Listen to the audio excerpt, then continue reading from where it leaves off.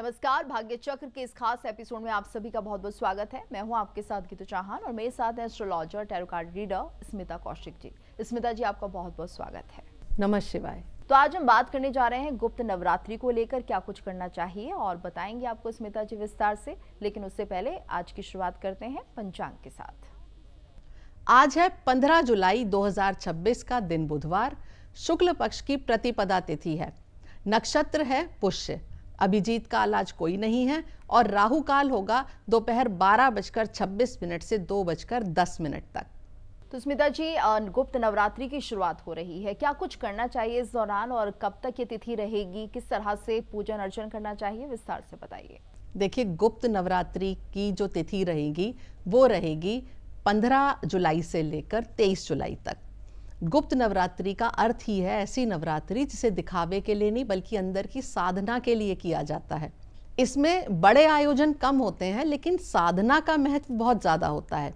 यही कारण है कि इसे गुप्त कहते हैं, क्योंकि हम व्रत करें चाहे कोई अनुष्ठान करें उसे गुप्त रखेंगे। यही गुप्त नवरात्रि का सबसे बड़ा जो एक हम नियम लेते हैं कि अपने किसी भी अनुष्ठान को हम ज़्यादा बातचीत नहीं करेंगे और गुप्त रखेंगे।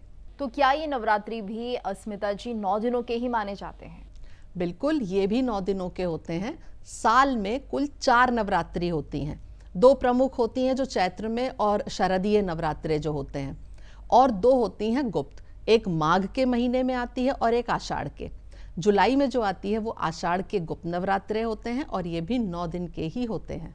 और स्मिता जी, अगर तिथि के बारे में बात करें तो कब से ये नवरात्रि शुरू हो रही है और कब तक समाप्त होगी? इस साल आषाढ़ के जो गुप्त नवरात्रि हैं वो 15 जुलाई से 23 जुलाई तक रहेगी और इन 9 दिनों में माँ दुर्गा के 9 स्वरूपों की पूजा होगी, जैसे दूसरे चैत्र या शरद के नवरात्रों में होती है।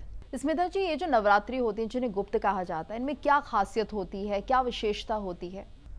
सबसे बड़ी बात है नवरात्रों की कि इनमें मौन रहना और एकांत में समय बिताना। इस समय साधक को अपने मन को शांत करके देवी की उपासना में ज़्यादा गहराई से जुड़ने का प्रयास करना चाहिए। कई परंपराओं में इसे आत्मचिंतन और आध्यात्मिक अनुशासन का समय भी बताया जाता है। यानी कि जैसा मैंने पहले भी कहा, आप जो भी काम करें उसे मौन रहकर और अपने अंतर मन से जुड़कर करें।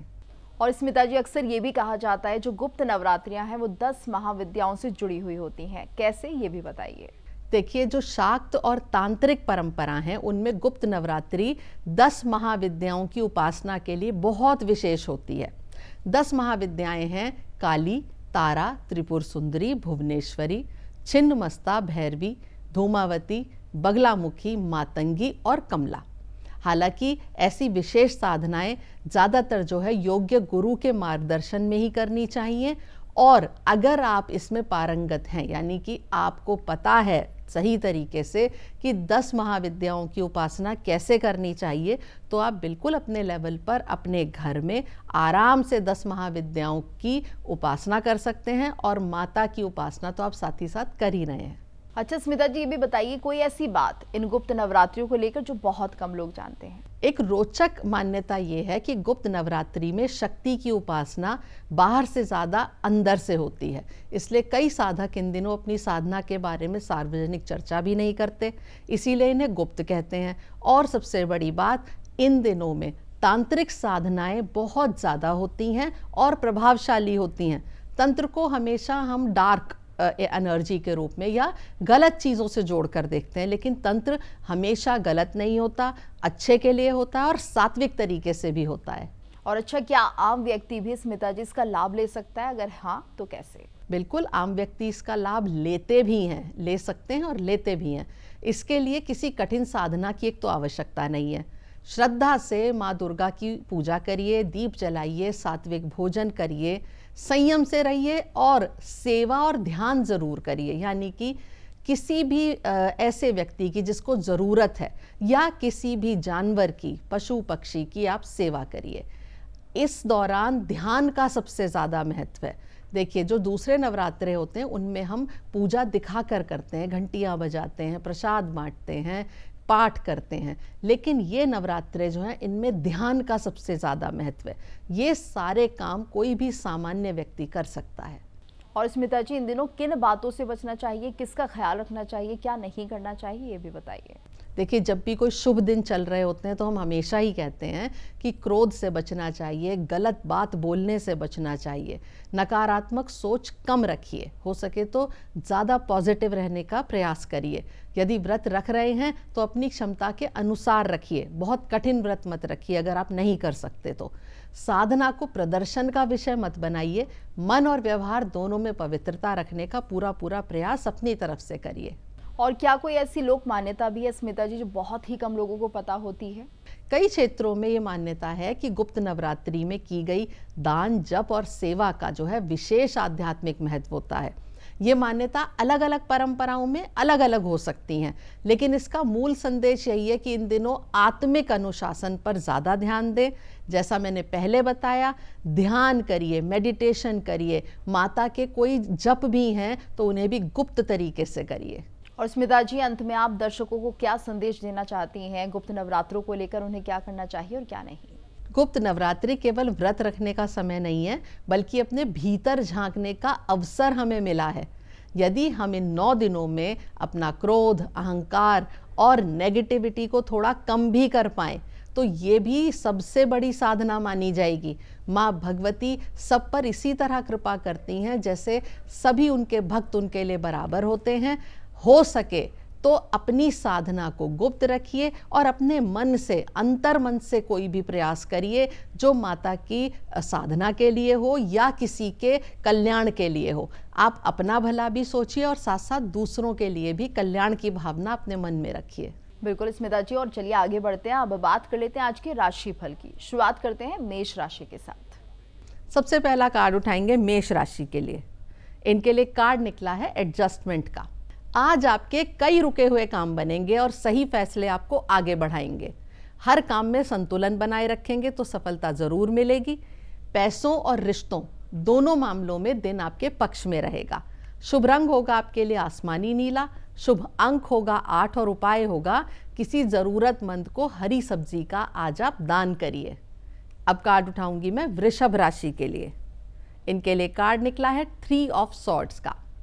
आज किसी बात से मन थोड़ा दुखी रह सकता है, लेकिन धैर्य रखेंगे तो स्थिति जल्दी संभल जाएगी।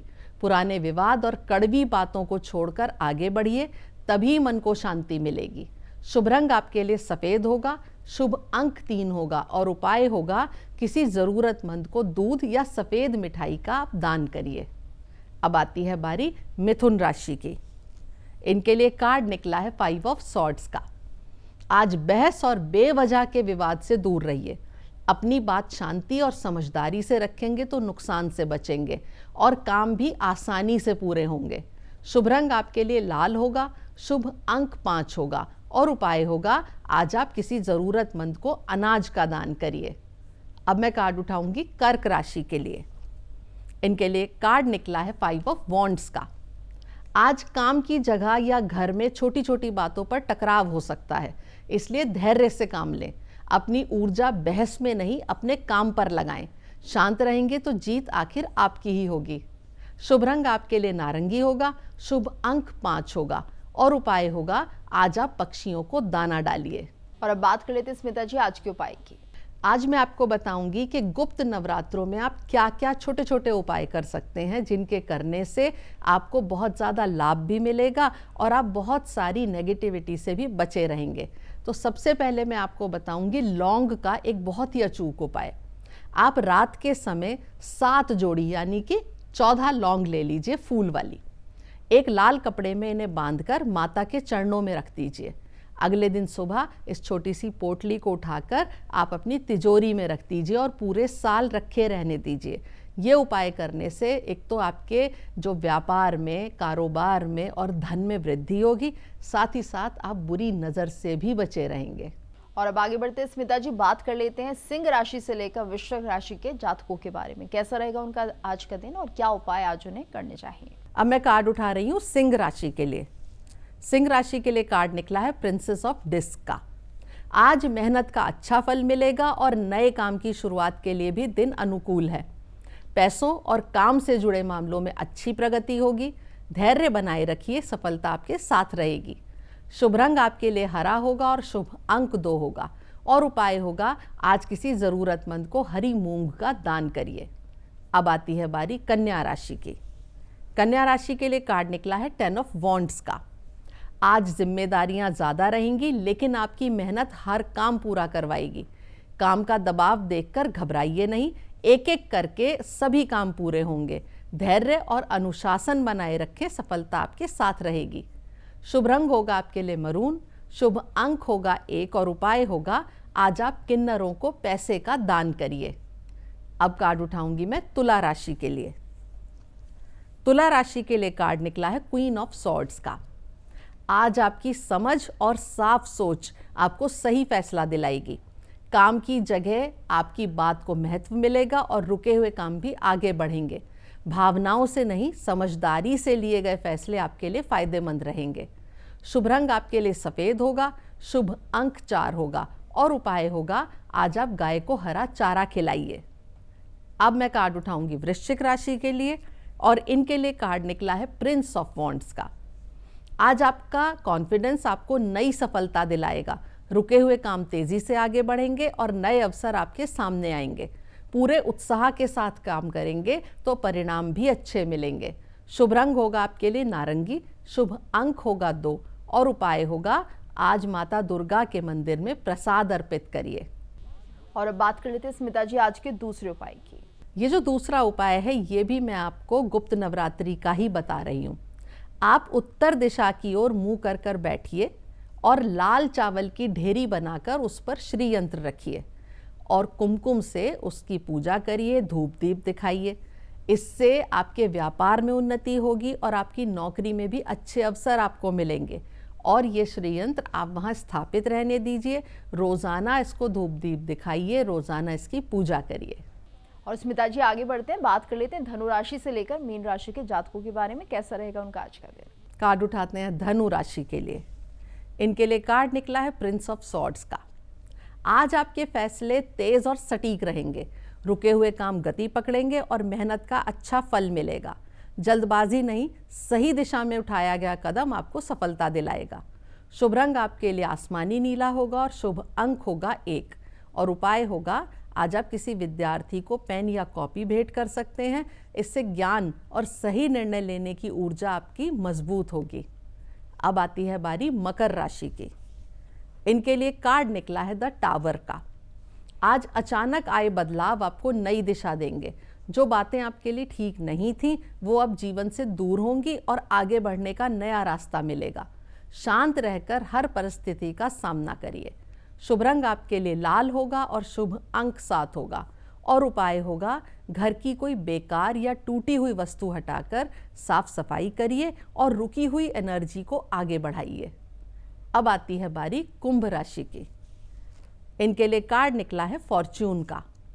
आज भाग्य आपका पूरा साथ देगा और रुके हुए काम बनेंगे, नए अवसर मिलेंगे और सही समय पर लिया गया फैसला आपको बड़ा लाभ भी देगा। बदलाव को अपनाइए, सफलता आपके साथ चलेगी। शुभ रंग होगा आपके लिए बैंगनी, शुभ अंक होगा 1 और उपाय होगा, किसी ज़रूरतमंद को हरी सब्जी या अनाज का आप दान करिए। इससे सौभाग्य और सकारात्मक अवसरों की ऊर्जा और मजबूत होगी। अब आती है बारी मीन राशि की। मीन राशि के लिए कार्ड निकला है 9 ऑफ वॉन्ड्स का। आज चुनौतियों के सामने डटे रहिए, आपकी मेहनत जीत दिलाएगी। आखिरी समय तक हिम्मत बनाए रखिए, रुके हुए काम भी पूरे होंगे और सफलता भी आपके हाथ लगेगी। हार मानने की बजाय एक कदम और आगे बढ़ाइए। आपके लिए शुभ रंग मैरून होगा और शुभ अंक 9 होगा और उपाय होगा, आज अपने किसी अधूरे काम को पूरा करने की शुरुआत करिए। इससे रुकावटों पर विजय पाने की ऊर्जा और मजबूत होगी। और स्मिता जी बात कर लेते हैं आज के आखिरी उपाय की। ये उपाय बता रही हूँ मैं आपको। इसमें आपको सरसों के तेल की एक बाती बनानी है। एक रुई की बत्ती को सरसों के तेल में डुबोइए। इसे अपने या घर के किसी सदस्य के सिर से 7 बार उल्टी दिशा में उतारिए। अब इसे किसी सुरक्षित जगह पर जला दीजिए। इससे घर की सारी बुरी नज़र और नेगेटिविटी दूर हो जाएगी। स्मिता जी आप स्टूडियो में आए और इतनी अच्छी जानकारी हमारे दर्शकों को दी, इसके लिए आपका बहुत बहुत धन्यवाद। नमः शिवाय। और इसी के साथ भाग्य चक्र के इस खास एपिसोड में आज के लिए इतना ही। दीजिए इजाजत, नमस्कार।